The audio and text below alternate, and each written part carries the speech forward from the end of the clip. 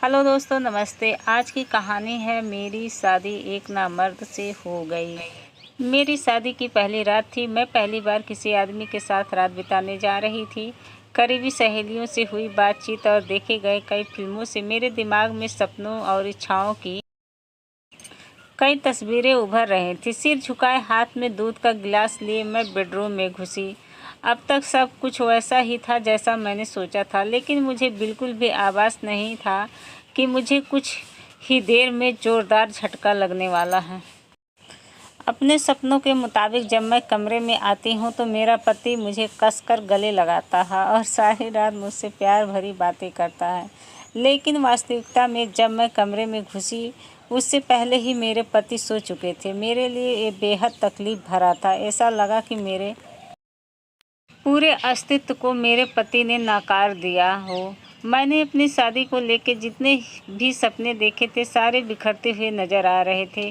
College के दिनों में ही नहीं, ऑफिस में भी मैंने कई लड़कों और लड़कियों के बीच गहरी दोस्ती देखी थी। वो अपने पार्टनर के कंधों पे अपना सिर टिकाए होते हैं, हाथ पकड़े घुमा करते थे। तब मैं सोचती थी कि काश मेरे साथ भी कोई होता। मुझे अपनी ज़िंदगी में ऐसे ही किसी साथी की तमन्ना थी। मेरा एक बड़ा परिवार था, चार भाई, एक बहन और वृद्ध माता पिता। इसके बावजूद मुझे हमेशा अकेलापन महसूस होता था। मेरे सभी भाई बहन शादीशुदा थे और उनका अपना परिवार था। कभी कभी मुझे लगता कि क्या वो मेरी परवाह भी करते हैं कि मेरी उम्र बढ़ रही है और मैं अभी तक अकेली हूँ। मेरे दिल में भी प्यार की इच्छाएं थी, लेकिन यह तन्हाइयाँ से घिरा हुआ था। कभी कभी मुझे लगता कि यह केवल इसलिए है क्योंकि मैं मोटी हूँ। क्या पुरुष मोटी लड़कियों को नापसंद करते हैं? क्या मेरे वजन की वजह से मेरा परिवार मेरे लिए जीवन साथी नहीं ढूंढ पा रहा है? क्या मैं हमेशा अकेली ही रहूँगी? ये सवाल हमेशा ही मेरे मन में घूमते रहते।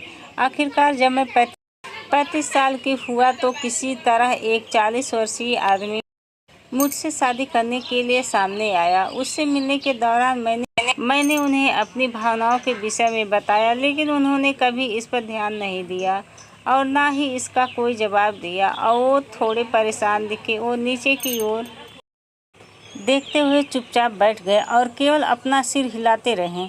मैंने सोचा कि आजकल महिलाओं से ज़्यादा पुरुष शर्मीले होते हैं और मेरे होने वाले पति भी कोई अपवाद नहीं है। शायद इसलिए उन्होंने कोई जवाब नहीं दिया। लेकिन शादी की रात हुई चीज़ ने मुझे उलझन में डाल दिया। मुझे नहीं पता था कि उसने ऐसा क्यों किया। जब अगली सुबह मैंने उनसे पूछा तो उन्होंने कहा कि वो ठीक नहीं थे, लेकिन आगे भी कुछ नहीं बदला। हमारी दूसरी, तीसरी और कई रातें ऐसी ही बीती। मैंने जब अपनी सास को यह बताया तो उन्होंने भी मेरे पति का बचाव किया। उन्होंने कहा वह शर्मीला है, उसे बचपन से ही लड़कियों से बात करने में झिझक रही है।